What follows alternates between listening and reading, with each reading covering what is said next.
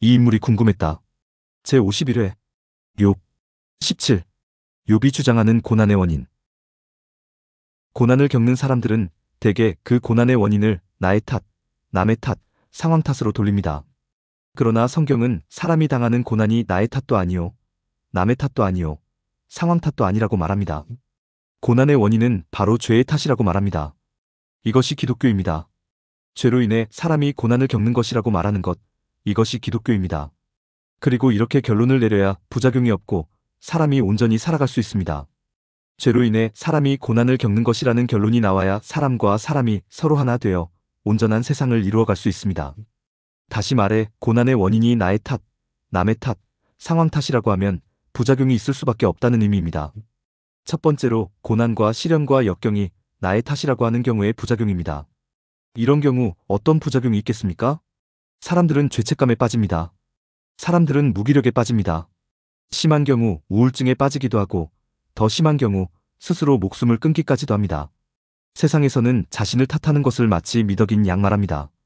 세상에서는 자신을 탓하는 것을 마치 용기 있는 행동인 것처럼 말합니다. 자신을 탓해야 개인의 발전이 이루어질 수 있다고도 말합니다.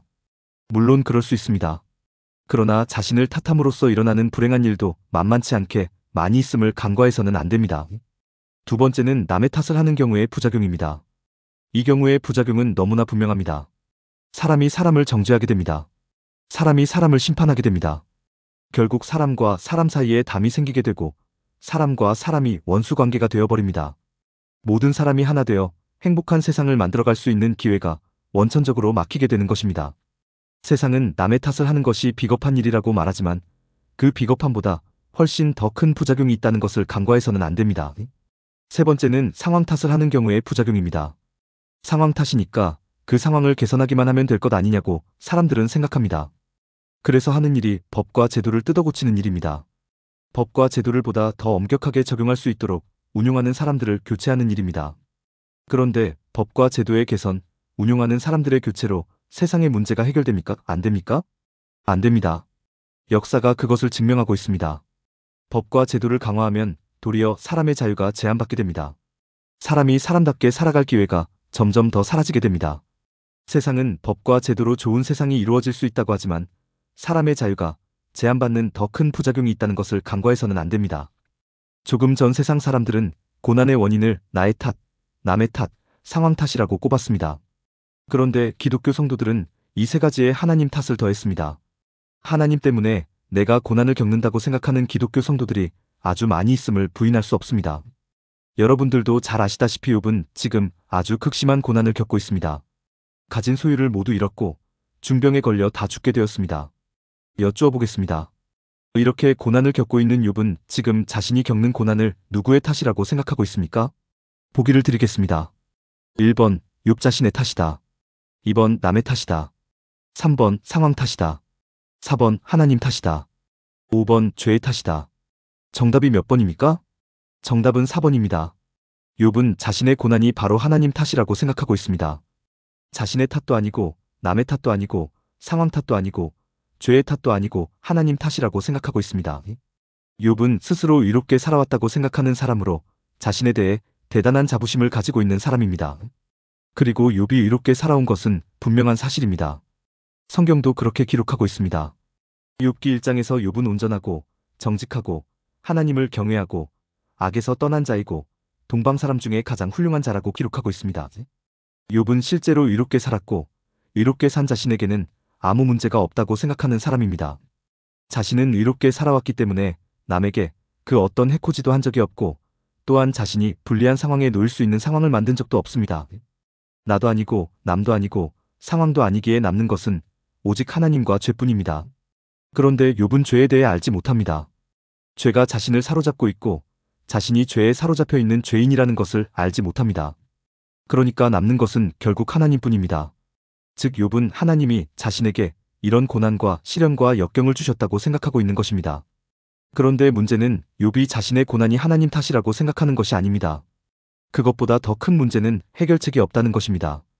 고난의 원인이 나의 탓이라고 생각한다면 나를 바꾸면 되고 고난의 원인이 남의 탓이라고 생각한다면 남을 설득하면 되고 고난의 원인이 상황 탓이라고 생각한다면 상황을 개선하면 됩니다. 그러나 고난의 원인이 하나님 때문인 경우 아무 해결책이 없습니다. 하나님께 대하여 무슨 잘못이 있다면 회개라도 하고 용서라도 구할 텐데 욥은 하나님께 대하여 잘못한 것도 없고 실수한 것도 없다고 생각하고 있습니다. 또 실제로도 그렇습니다. 욥은 잘못이 없는데 회개하는 것은 위선이라고 생각하고 있습니다. 욥은 잘못이 없는데 용서를 구하는 것 역시 위선이라고 생각하고 있습니다. 그러니 친구들의 충고, 즉 하나님을 찾아 하나님께 회개하고 하나님께 용서를 구하라는 충고를 결코 수용할 수 없는 것입니다. 욥은 그저 답답할 뿐입니다. 자기가 당하는 고난은 분명히 하나님께서 주신 것인데 왜 고난을 주셨는지 이유도 알 수 없고 이유도 알 수 없는 욥은 아무 해결책이 없는 것입니다. 그러니 하나님을 원망할 수밖에 없고 하나님과 시시비비를 가려보자는 재판을 해보자고 매달릴 수밖에 없고 차라리 하나님이 자신을 빨리 죽여서 이 고통 가운데에서 벗어나게 해달라고 요청할 수밖에 없는 것입니다. 지금까지 욥이 세 친구에게 한 말이 전부 다 이 내용입니다. 그러나 스스로 의롭다고 주장하는 욥, 하나님으로부터 고난을 받을 이유가 전혀 없다고 주장하는 욥을 세 친구는 도저히 이해할 수 없습니다. 왜냐하면 그들이 생각하는 하나님은 가장 의로우신 분으로서 사람이 결코 하나님보다 의로울 수 없다고 생각하기 때문입니다. 또 그들이 생각하는 하나님은 잘하면 상 주고 잘못하면 벌 주는 하나님이기 때문입니다. 세 친구는 욥이 고난을 받는 것 자체가 욥이 무엇인가 하나님 보기에 잘못했기 때문이라고 생각하고 있습니다. 욥이 고난을 받는 것 자체가 욥이 불의하다는 것을 증거하고 있는 것이라고 생각하고 있습니다. 즉 사람이 고난을 받는 근본 이유는 바로 당사자 탓, 즉 나의 탓으로 인한 하나님의 징계라고 세 친구는 생각하고 있는 것입니다. 그러니까 욥에게 회개를 권하고 용서를 구하라고 권하는 것입니다. 그렇게 하지 않으면 하나님으로부터 더 큰 저주와 징계가 임할 수밖에 없다고 충고하는 것입니다. 오늘 살펴보려고 하는 빌닷의 두 번째 말이 바로 그 내용입니다. 욥기 18장 2절로 4절 너희가 어느 때에 가서 말의 끝을 맺겠느냐 깨달으라. 그 후에야 우리가 말하리라. 어찌하여 우리를 짐승으로 여기며 부정하게 보느냐? 울분을 터뜨리며 자기 자신을 찢는 사람아 너 때문에 땅이 버림을 받겠느냐? 바위가 그 자리에서 옮겨지겠느냐라고 빌닷은 말합니다. 끝까지 자신의 일을 내려놓지 못하고 하나님만을 원망하는 욥을 책망하는 말입니다. 이어지는 빌닷의 말은 우리가 충고한 대로 하지 않으면 욥 내가 이 고난에서 벗어나기는커녕 오히려 더 큰 재앙을 맞이하게 될 것이라는 내용의 말입니다. 좋게 표현해서 말이지 사실은 욥을 향한 욕이고 악담이고 저주입니다. 그 내용을 제가 한번 읽어드리겠습니다. 악인의 빛은 꺼지고 그의 불꽃은 빛나지 않을 것이요. 그의 장막 안의 빛은 어두워지고 그 위에 등불은 꺼질 것이요.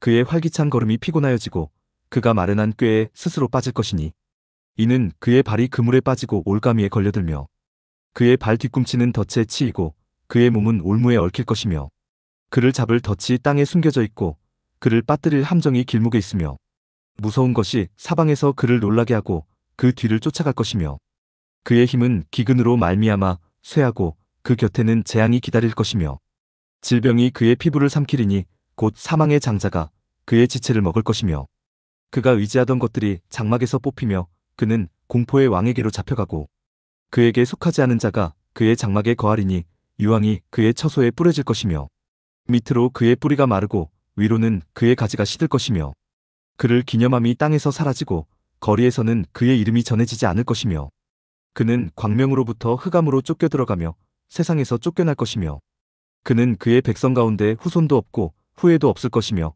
그가 거하던 곳에는 남은 자가 한 사람도 없을 것이라. 그의 운명에 서쪽에서 오는 자와 동쪽에서 오는 자가 깜짝 놀라리라. 참으로 불의한 자의 집이 이러하고 하나님을 알지 못하는 자의 처소도 이러하니라. 이렇게 기록하고 있습니다. 빌닷의 첫 번째 말보다 지금 두 번째 말의 강도가 훨씬 더 세졌다는 것을 느끼실 수 있을 것입니다. 그렇습니다. 욥과 세 친구 사이의 대화가 훨씬 더 격해지고 있습니다. 정리하겠습니다. 한번 말씀을 드린 것으로 기억하고 있는데 욥기를 살펴보면서 우리가 가장 주목해서 보아야 하는 것은 욥이 당하고 있는 고난의 원인에 대하여 욥도 욥의 세 친구도 죄가 문제라는 것을 전혀 인식하지 못하고 있다는 사실입니다. 욥은 자신의 고난이 하나님 탓이라고 생각하고 있을 뿐이고 욥의 세 친구는 욥의 고난이 욥 자신의 탓으로 인한 하나님의 징계라고 생각하고 있을 뿐입니다. 죄에 대해 전혀 인식하지 못하고 있습니다. 이것이 죄의 가장 무서운 모습입니다. 죄가 문제라는 것을 사람이 전혀 알아차리지 못하도록 죄가 사람을 사로잡고 있다는 것, 이것이 죄의 가장 무서운 모습입니다.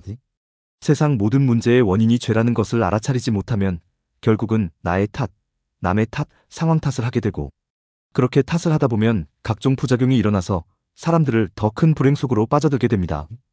또 죄는 사람들로 하여금 나의 탓, 남의 탓, 상황 탓으로만 생각하게 할 뿐만 아니라 아예 하나님까지 끌어들여서 하나님과 사람과의 사이를 이간질하기도 합니다. 그만큼 죄는 교활한 존재이고 무서운 존재이고 두려운 존재입니다. 그래서 2000년 전에 예수 그리스도께서 이 땅에 오셔서 십자가에 달려 죽으심으로써 그 죄를 물리쳐 주셨던 것입니다. 그럼에도 불구하고 사람들은 여전히 모든 문제의 원인을 나의 탓, 남의 탓, 상황 탓이라고 생각하고 있습니다. 더욱 한심한 것은 기독교 성도들은 여기에 더해 하나님 탓을 하기까지 합니다. 교회가 그리고 종교인이 교회의 유익과 이익, 종교인의 유익과 이익을 위해 하나님을 왜곡하고 성경을 왜곡함으로써 빚어진 일입니다. 참으로 안타까운 일이 아닐 수 없는 것입니다. 성도는 하나님의 은혜로 말미암아 죄의 사슬에서 해방되어 죄로부터 자유해진 존재들입니다. 죄의 조종에서 벗어난 존재들입니다. 그러나 우리에게 남아있는 죄의 습관, 죄의 습성으로 말미암아 때로 곤고한 삶을 살아갈 수밖에 없는 존재이기도 합니다. 따라서 이 죄의 습관, 죄의 습성만 잘 다스리기만 하면 온전한 성도의 삶을 누릴 수 있고 성도의 온전한 삶을 통하여 세상이 변화될 수 있는 것입니다. 오늘 내용에 공감하셨다면 구독과 좋아요, 알림 설정 부탁드립니다. 하나님의 말씀을 바르게 전하는데 큰 도움이 될 것입니다. 평등하고 공정하며 정의롭고 행복한 세상을 이루는데 큰 도움이 될 것입니다.